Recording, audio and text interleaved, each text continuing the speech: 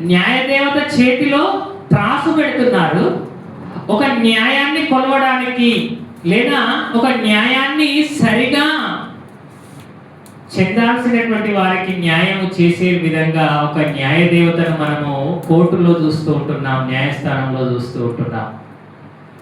కానీ లోకంలో నిజంగా చెప్పాలి అంటే ఇప్పటికీ కూడా అనేకమైనటువంటి అన్యాయాలే గెలుస్తూ ఉంటున్నాయి, అక్రమాలే గెలుస్తూ ఉంటున్నాయి కదా.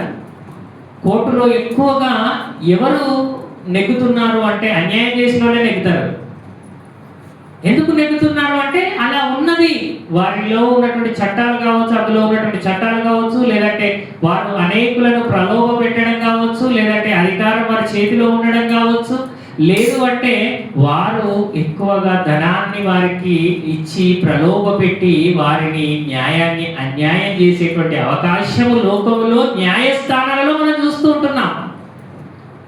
కానీ దేవుని న్యాయస్థానం ఒకటి ఉన్నది, దేవుని న్యాయపీఠం అంటూ ఒకటి ఉన్నది.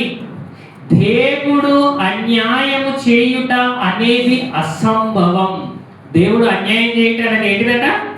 అసంభవం. అంటే అది జరగనటువంటి పని. దేవుడు ఎప్పుడు కూడా న్యాయమే చేస్తాడు. మన జీవితంలో ఏదైనా నష్టం జరిగింది అంటే, మన జీవితంలో ఏదైనా మనకు జరగకూడనిది జరిగింది అంటే దేవుడు అన్యాయం చేస్తాడా? దేవుడు మనకు ఏమైనా కావాలని చేస్తున్నాడా? దేవుడు మనకేమన్నా అన్యాయం చేసి మనకు ఆ విధంగా మన జీవితంలో మన కష్టాలు నష్టాలు బాధలు తీసుకొని వస్తుంది అనుకుంటున్నారా? కాదు. నీకు ఏది చేసినా కూడా దేవుడు న్యాయమే చేస్తాడు. ఏం చేస్తాడు? దేవుడు న్యాయమే చేస్తాడు. ఎందుకంటే ఆయన మనుష్యుడు కాదు అన్యాయం చేయడానికి, ఆయన నరమాత్రుడు కాదు అన్యాయం చేయడానికి. ఆయన ఎల్లప్పుడూ న్యాయం చేస్తాడు. ఏదైనా నష్టం చేసినా కూడా దాని వెనకాల న్యాయం ఉంటుంది, దాని వెనకాల నీతి ఉంటుంది.